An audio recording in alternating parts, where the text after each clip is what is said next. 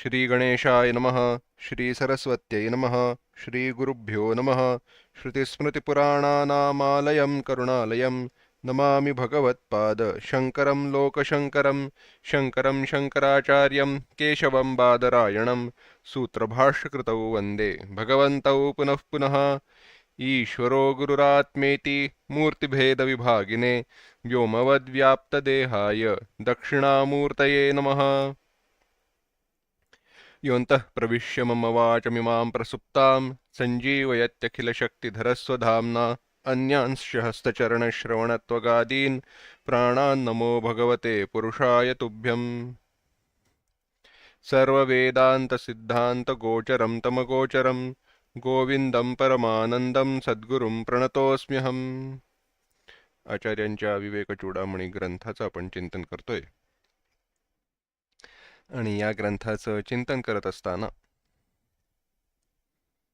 स्वाध्यासापनयं कुरु, अध्यासाचा अपनय कर, असा उपदेश आचार्यांनी केला ते आपण पाहत होतो। तोच विचार आचार्य आपल्याला पुढे सांगणार आहेत, परंतु त्यापूर्वी 281 ते 283 या श्लोकांचं एकदा एकत्र पठण करूया। नाहं जीवः परं ब्रह्मेत्यतद्व्यावृत्तिपूर्वकं वासनावेगतः प्राप्त स्वाध्यासापनयं कुरु।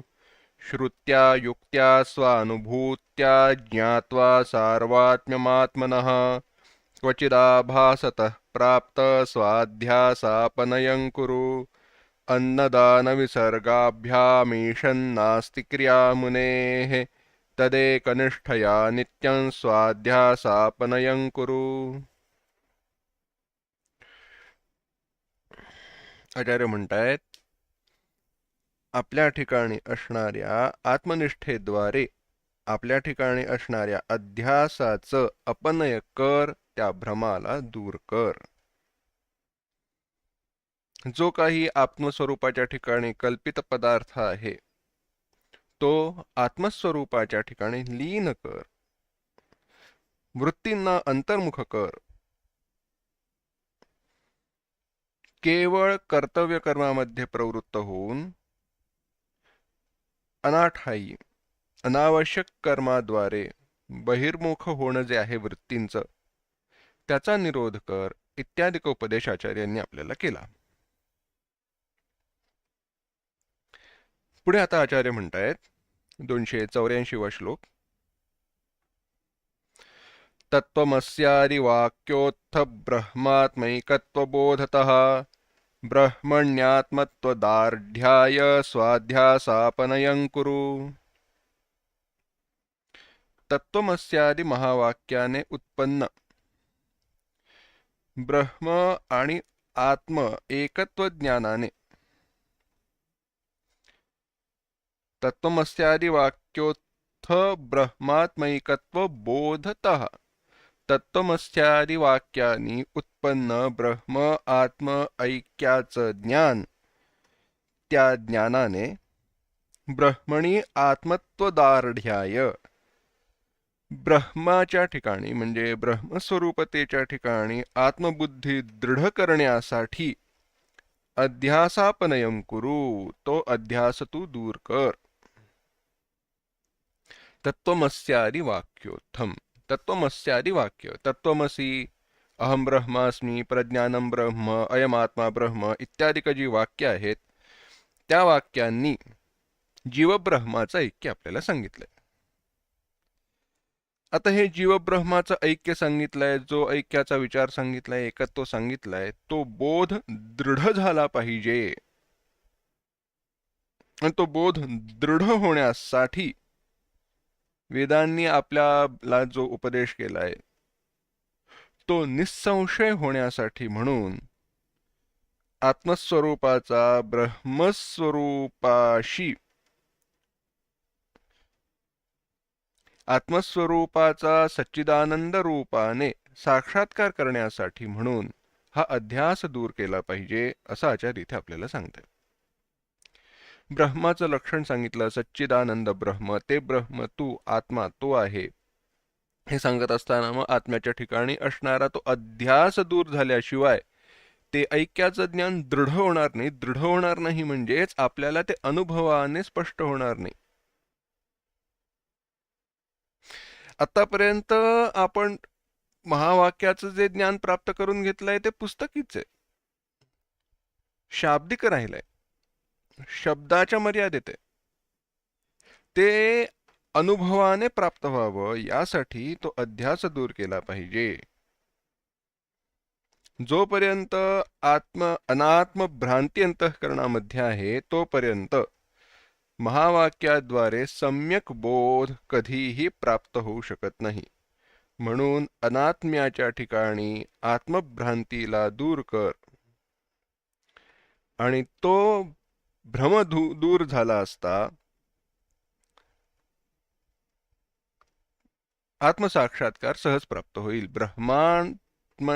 ब्रह्मण्यात्मत्व दार्ढ्य, ब्रह्मात्मैक्यत्व बुद्धी जी आहे ती दृढ होईल. अच्छा, मग कधीपर्यंत हा प्रयत्न केला पाहिजे भ्रांती निवारणासाठी? आचार्य आता सांगतायत, म्हणतायत 285वा श्लोक. अहम भावस्य देहेऽस्मिन् निःशेष विलयावधि सावधानेन युक्तात्मा स्वाध्यासापनयं कुरु. अस्मिन् देहे, या देहामध्ये, अहम भावस्य निःशेष विलयावधी, अहमभाव पूर्णतेने विलीन होईपर्यंत सावधानेन युक्तात्मा, सावधानेन सावधतेने, युक्तात्मा, युक्तात्मा जितेंद्रियात्मा, ज्याने इंद्रियांना आपल्या वश केलेला आहे, आपल्या ताब्यात ठेवलेला आहे, त्यांच्यावरती विजय मिळवलेला आहे, असं होऊन, जितेंद्रिय होऊन, स्वाध्यासापनयं कुरु, स्व अध्यासपनयं कुरु, आपल्या ठिकाणी असणाऱ्या भ्रमाचं अपनयन कर, भ्रमाला दूर कर.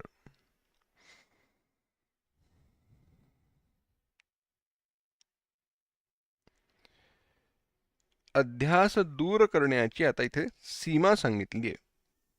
कधीपर्यंत अध्यास दूर केला पाहिजे? काय आहे, जेव्हा सीमेचा, मर्यादेचा विचार सांगितला जातो त्यावेळेला त्याचे दोन प्रकार आहेत, अवधी सहित आणि अवधिरहित. म्हणजेच कुंपणापर्यंत शेत आहे, जर का कुंपणापर्यंत शेत आहे असं म्हटलं तर कुंपणही शेतात येतं का, तसा प्रश्न आहे, बाकी काही नाही. कुंपण हे त्या कडेला असल्यामुळे जमिनीच्या दृष्टीने ते कुंपण शेतातच आलं, पण शेत जमीन म्हणून म्हटलं तर येत नाही. काय आहे, अगदी सोपं आहे, लक्षात घ्या. त्या गणितामध्ये त्या आलेख तयार करत असताना, गणितामध्ये आलेख तयार करत असताना मर्यादा केल्या जायच्या. 1 ते 9, 10 ते 19, 20 ते 29, 30 ते 39, बरोबर. अशा प्रकारे त्या रचना केल्या जायच्या, आणि मग त्यामध्ये येणाऱ्या संख्या, मग त्याचा जो ताळा केला जायचा, पडताळा, स्टॅटिस्टिक्स मध्ये होतं. मग सरासरी काढा, त्या संख्यांची रचना करा, त्यांची विभागणी करा, आणि मग त्याप्रमाणे ती आलेखामध्ये नोंदवा, आणि तो आलेख तयार करा. आता हे असं करत असताना समजा एखादी पूर्ण संख्या असेल तर काही प्रश्न येत नाही, पूर्ण संख्या असेल तर काही प्रश्न येत नाही. 29 आहे, हरकत नाही, पण 29.5 असं झाल्यावरती काय करायचं? कारण आपण मर्यादा ठरवत असताना 20 ते 29 ही एक झाली, आणि 30 ते 39 ही दुसरी झाली. 29.5 कुठे? 29 आणि 30 याच्यामध्ये. मग आलेख बदलून त्याच्यामध्ये काय केलं जायचं? आणि अर्थात आलेखामध्ये सुद्धा मांडत असताना 29 ते 30 मधली जागा रिकामी राहिली. मग त्याच्यासाठी तो आलेख बदलून 0 ते 9.5, 9.5 ते 19.5, 19.5 अशा प्रकारे ती रचना पुढे नेली जायची. आता हे करत असताना 19.5 असा आकडा आला. आता मग हा 19.5 कुठे मोजायचा? आधीच्या ह्याच्यात की नंतरच्या ह्याच्यात? तात्पर्य काय आहे? जेव्हा एखादी मर्यादा ठरवत असताना ज्याने मर्यादा सांगितली त्यांचा अंतर्भाव करायचा की करायचा नाही एवढाच फक्त विचार आहे, विवेक आहे. इथे सांगितलं काय? अहंभावस्य अस्मिन् देहे निशेष विलयावधी, जोपर्यंत या शरीरामध्ये किंवा लक्ष्याचा सम्यक बोध होईपर्यंत या अध्यासाला दूर करण्याची सीमा आचार्य आता सांगतायत, म्हणतायत की हे शरीर मी आहे असा अहंभाव जोपर्यंत बंद होत नाही, जोपर्यंत दूर होत नाही, नष्ट होत नाही, म्हणजे तो नष्ट झाल्यानंतर ते सीमा पूर्ण झाली, अवधी सहित. अशा प्रकारे जेव्हा अत्यंत सावधतेने साधनेने देहामध्ये असणारा जो अहंभाव आहे, हा देह मी आहे असा अहंभाव होणं जोपर्यंत बंद होत नाही तोपर्यंत सावधानतेने अप्रमत्त अंतःकरण होऊन अध्यासाला दूर करत राहिलं पाहिजे, एवढाच फक्त उपदेश आहे, बाकी काही नाही. कधीपर्यंत अध्यास दूर करण्याचा प्रयत्न करायचा? बाकी काही नाही, फार काही नाही. देहामध्ये अहंभाव जोपर्यंत जात नाही तोपर्यंत करत राहा. दुसरा काही त्याला मार्ग नाही, दुसरी मर्यादा नाही. या देहामध्ये असणारी अहंबुद्धी संपूर्ण पूर्णतेने नष्ट होत नाही तोपर्यंत सावध मनाने जितेंद्रिय होऊन तो अध्यास दूर करत राहिला पाहिजे. झाला, उपदेश संपला, एवढंच. इतरत्र उपदेशशास्त्रांनी केलाय, म्हणालेत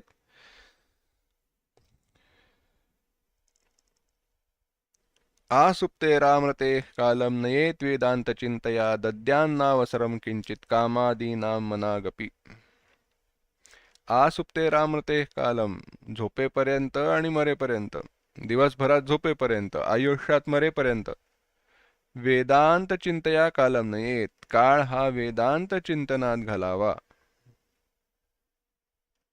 दद्यान्नावसरं किंचित कामादीनां मनागपि, अंतःकरणात उत्पन्न झालेल्या इच्छांना थोडा देखील अवसर, थोडी देखील संधी देऊ नये. कारण एकदा त्या आल्या, किती ठिणगी आहे, कधी त्याची आग पसरेल सांगता येत नाही, म्हणून अजिबात त्यांना वेळ संधी देऊ नका. हे कधीपर्यंत करायचं? मोक्ष मिळेपर्यंत, ब्रह्मसाक्षात्कार होईपर्यंत, अंतःकरणामध्ये तो ब्रह्मभाव दृढ होईपर्यंत. इथे आचार्य म्हणतायत देहामध्ये असणारी अहंबुद्धी नष्ट होईपर्यंत. दुसरं एक सांगतायत मर्यादा, दुसरी एक मर्यादा सांगतायत आचार्य, म्हणतायत प्रतीतिर्जीव जगतो स्वप्नवद् भाति यावता तावन्निरन्तरं विद्वान् स्वाध्यासापनयं कुरु. यावता, जोपर्यंत जीवजगतः प्रतीतिः, जीवजगतोः प्रतीतिः, जीव आणि जगाची प्रतीती, अनुभव, या भाती स्वप्नवत, स्वप्नाप्रमाणे अनुभवास येत आहे तोपर्यंत हे विद्वन निरंतरम स्वाध्यासापनयं कुरु. अरे विद्वाना, अरे बाळा, अरे हुशार मुला, तोपर्यंत स्वाध्यासापनयं कुरु, या अध्यासाचं अपनय कर, या अध्यास भ्रमाला तू दूर कर. जोपर्यंत स्वप्नाप्रमाणे असणाऱ्या या जीव जगाची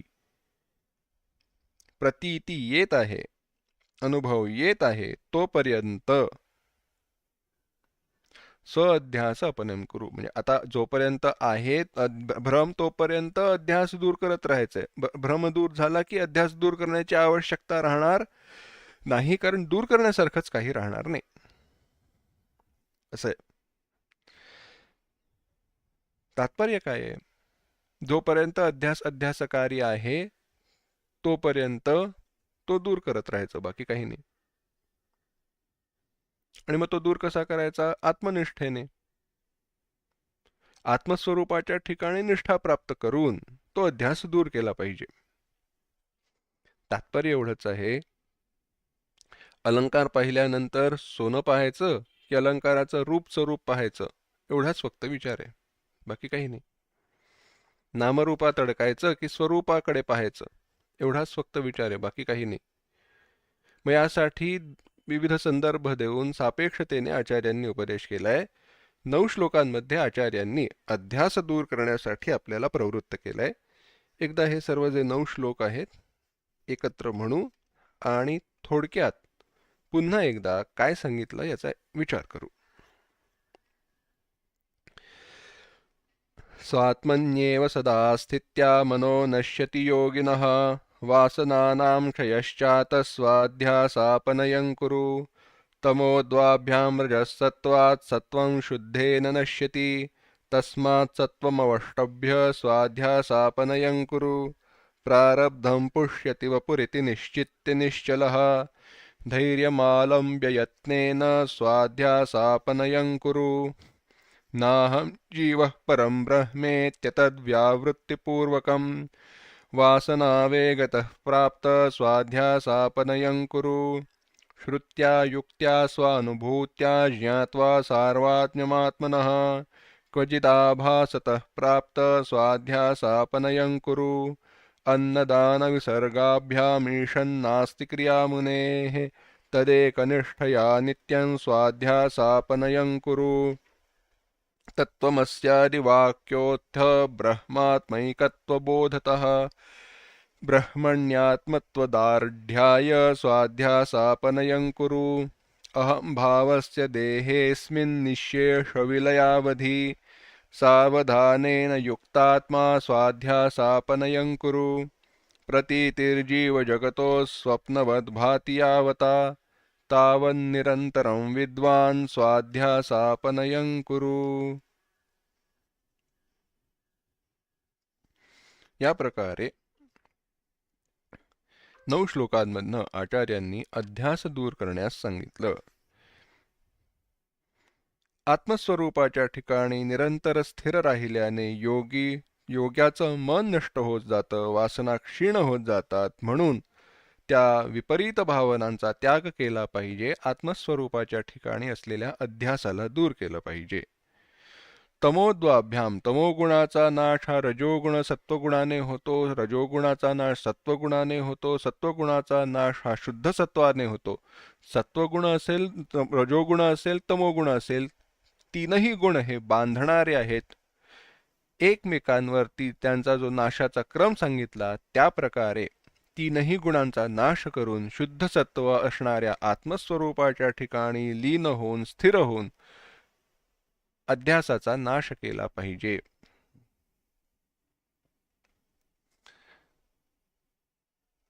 प्रारब्ध या शरीराचं रक्षण करतं, प्रारब्धामुळे ह्या शरीराचं पोषण होतं हे जाणून निश्चिंत होऊन शरीराच्या रक्षणासाठी पोषणासाठी कर्तव्यापेक्षा आवश्यकतेपेक्षा अधिक प्रयत्न न करता त्याच्यामध्ये वेळ न दडवता धैर्यमालंब्य धीरतेने, धैर्य का अवलंबलं पाहिजे? विश्वास पाहिजे, तेवढा धैर्य पाहिजे या निर्णयावरती, निश्चयावरती की कर्तव्यापुरतं शरीराचं रक्षण पुरेसं आहे. हा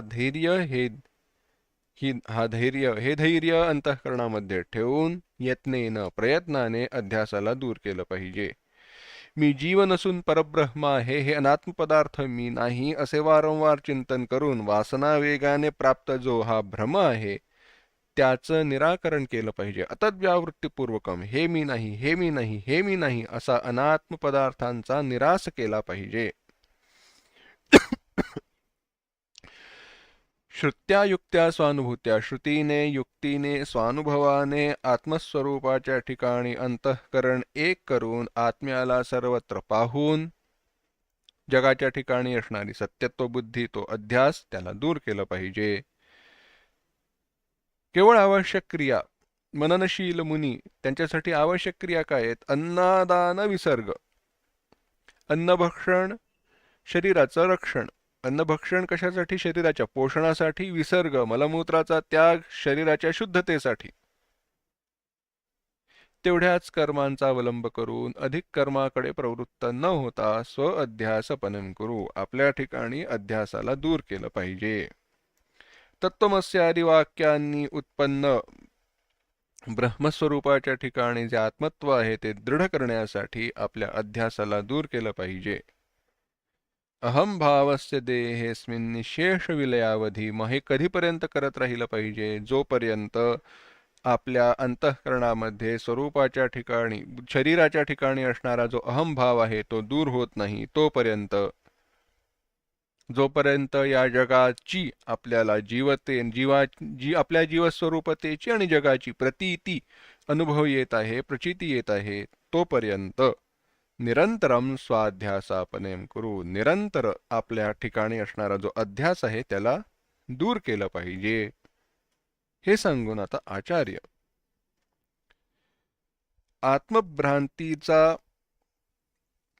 आत्मभ्रांतीला म्हणजेच अनात्म पदार्थांवरती जो विश्वास आहे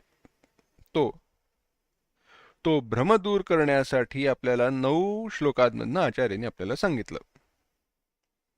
9 श्लोकांमध्ये अनात्म भ्रांतीला दूर करण्याचा उपदेश दिला. तो दिल्यानंतर आता पुढील 9 श्लोकांमधनं आचार्य आत्मविस्मृतीस अवसर न देण्यास सांगतायत.